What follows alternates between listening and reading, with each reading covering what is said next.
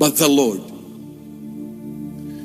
Lord says, if you accept to be Simon, meaning you listen to me, I will make sure when you listen to my word, when you adhere to my word, when you follow my word, I'll make sure you are Peter. Because when you accept my word will change you from Simon to Peter. Simon, the temporal.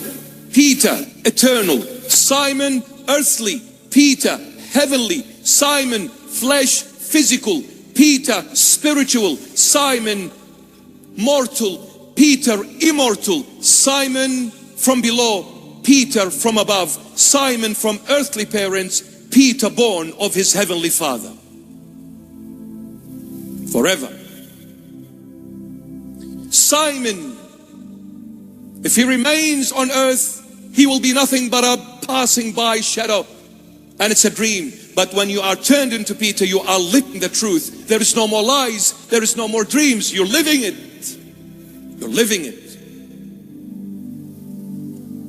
I'll make sure my word makes you Peter. If you accept Simon, you listen to me. By Jesus Christ of Nazareth. When you become Peter, built on the rock, unshakable, unbreakable, I'll take you to the next step and I'll make you Andrew.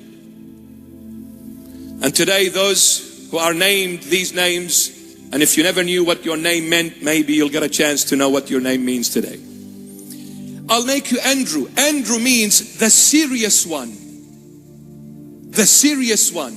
You see, when you accept Christ into your life, when you allow His word to come in, shape you, mold you, and change you, He will make you Peter, strong, unshakable, unbreakable.